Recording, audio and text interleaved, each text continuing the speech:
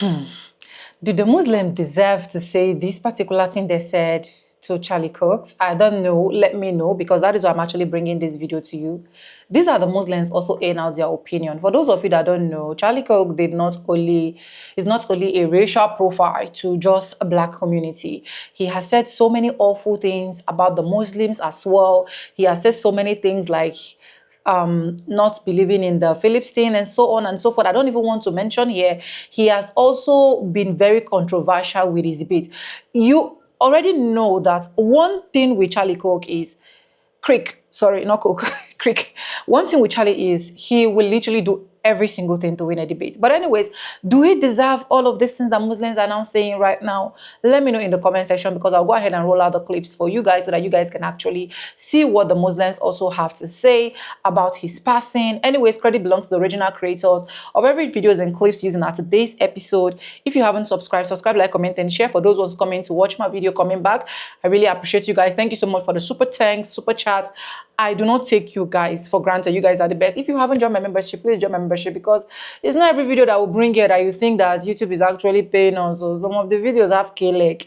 Anyways, with that being said, let's go ahead. Let me roll out the clips I have for you guys, just for educational purposes, please. Just for educational purposes. Then I'll be back with commentaries. As a Muslim, what is my opinion on Charlie Kirk passing away and what happened? My opinion is, all of a sudden, people care about one man passing away, but they don't care about 30,000 innocent children and women that have been obliterated, that have been unalived, and they're innocent. People all of a sudden care about one person. Now, I feel very sorry for the wife and child, obviously, or children, and regardless of political views or even religious views, no one deserves to lose their life. So, hopefully their family stays strong. It is a sad time for many people, but I just find the double standards weird. How everyone all of a sudden cares because one person has been shot, but thousands of others, no one seems to care. That's my opinion. On top of that, it being an inside job, because there was a sniper on the roof, there's video footage, and then there's the two men behind him just before his last words making a hand signal. Yeah, it doesn't look good. It kind of adds up. I think if you look at the video of the sniper lying on the roof, it is very clear that is not no old man. That is a trained professional inside job. But I feel sorry for the family, and he still did not deserve what happened to him, regardless of his political or religious beliefs or views. So, rest in peace, and I hope his family pulls through this. Assalamu alaikum. Before I say what I have to say, I just want to say my deepest condolences to the family, to the wife, and especially the two kids who now they have to go to sleep without a father. They used to see their father all the time, and they were there. They witnessed what happened to Charlie. And I'm extremely disappointed, and I'm extremely disappointed, right, in some of the Muslims. In some of the comments I've seen, they're celebrating. They're saying, I can finally sleep. They're saying things like, you know, they're putting certain images that I can't even describe how inhumane these images is. And I'm not one to tell you, oh, you should feel bad or you should not feel bad.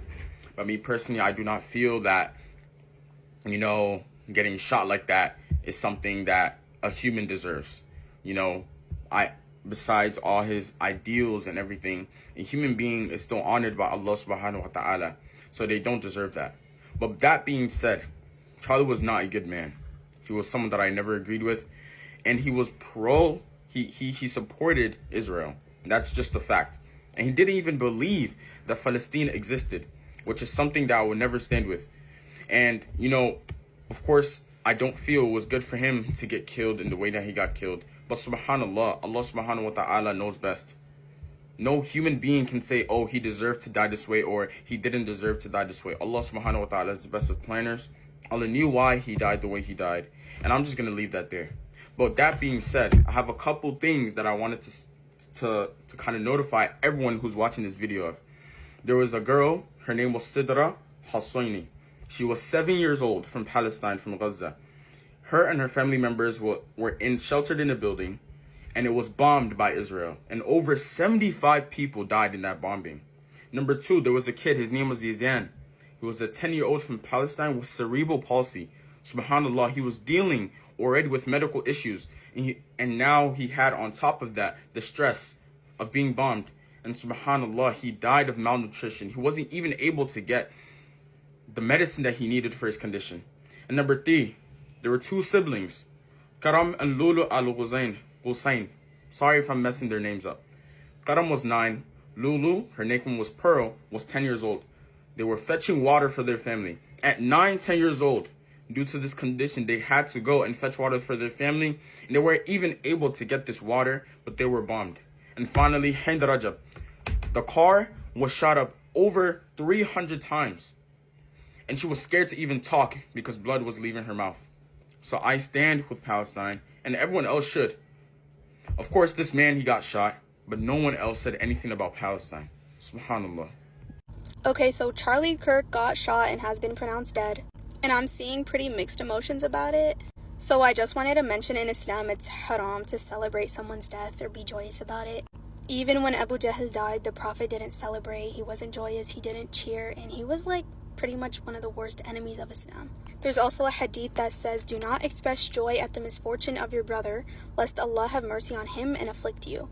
So even though his death was ironic and many of his beliefs could be seen as controversial, that does not give us a reason to make fun of his death.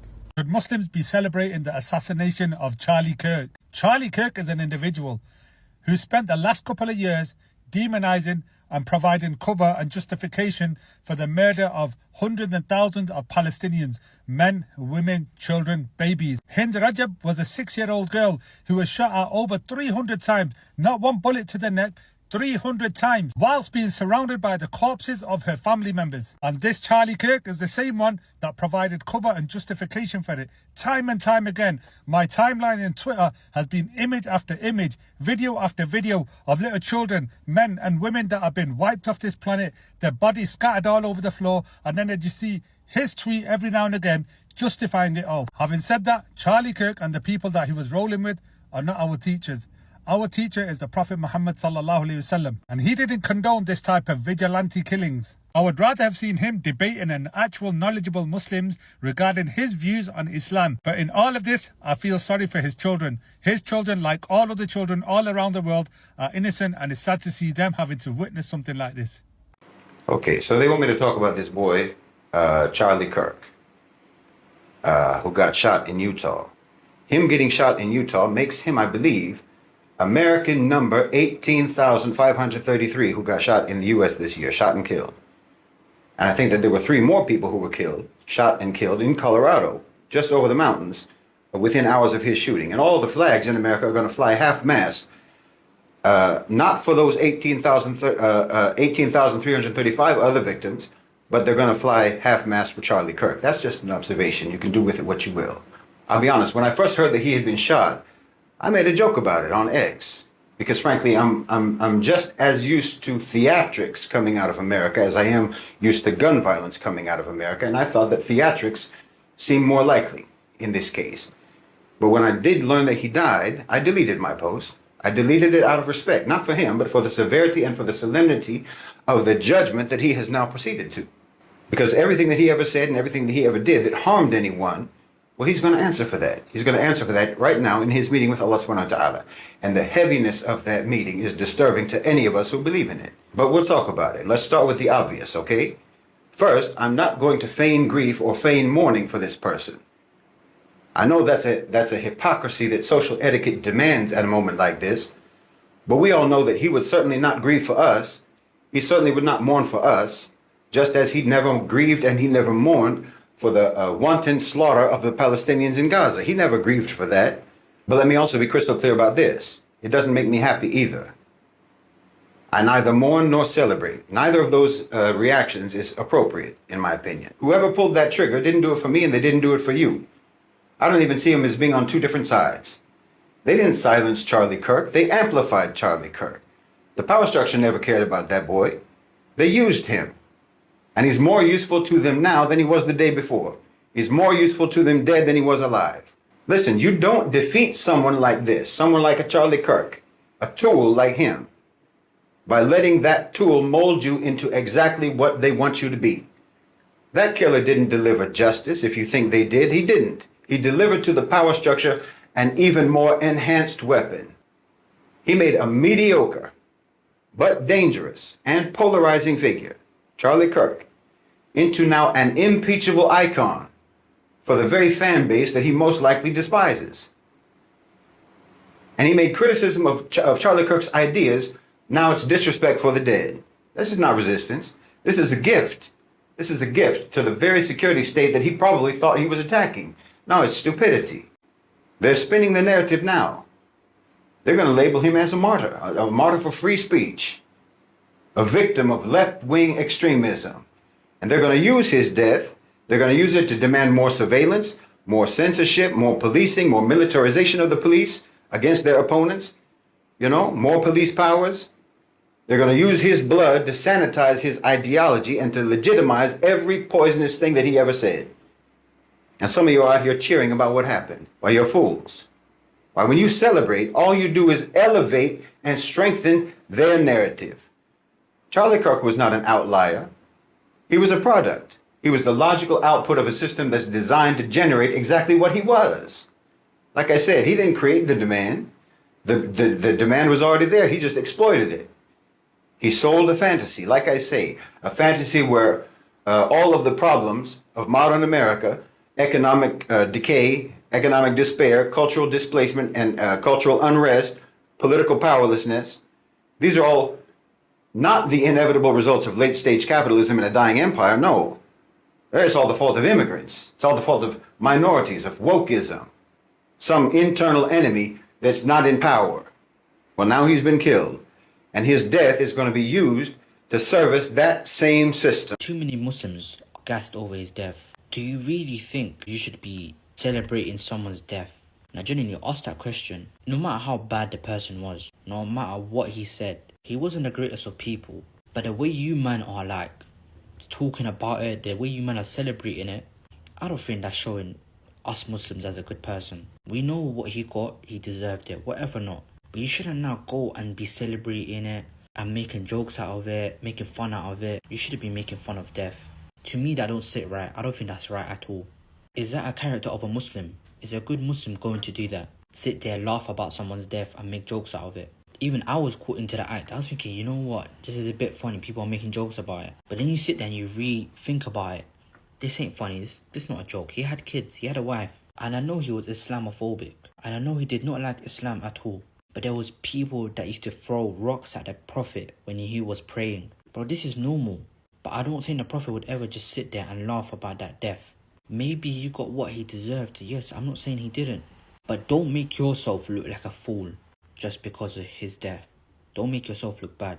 Wallahi, as a Muslim, Charlie Kirk did not deserve that death. A wife did not deserve to lose her husband. 2 innocent children did not deserve to lose their father. But politics aside, I wouldn't wish that death on my worst enemy. Politically, I don't agree with him. The way his neck bounced back and blood gushed out, wallahi, that gave me goosebumps. I've never seen something like that. Wallahi, it was absolutely vile. As a Muslim, I was completely opposed to Charlie Kirk's extremely prejudicial views towards Islam and Muslims in general. I also found him siding with Israel and his denial of Palestinians being starved and the Gaza genocide abhorrent. However, despite Charlie Kirk and the people that follow him insulting my religion and condoning the death of my people, I do not condone violence, and I do feel bad for his wife, children and family. As Muslims, we should not lower ourselves to the standards of our oppressors, as they are not our teachers. The brutal way in which Charlie Kirk was assassinated publicly is how tens of thousands of people in Gaza have been assassinated on a daily basis for around 2 years. His supporters will feel the same sorrow we feel for our brothers, sisters and children. Violence is never the answer. Let's promote peace, harmony and respect. Life is short, stop the violence. I'm hearing that on his deathbed,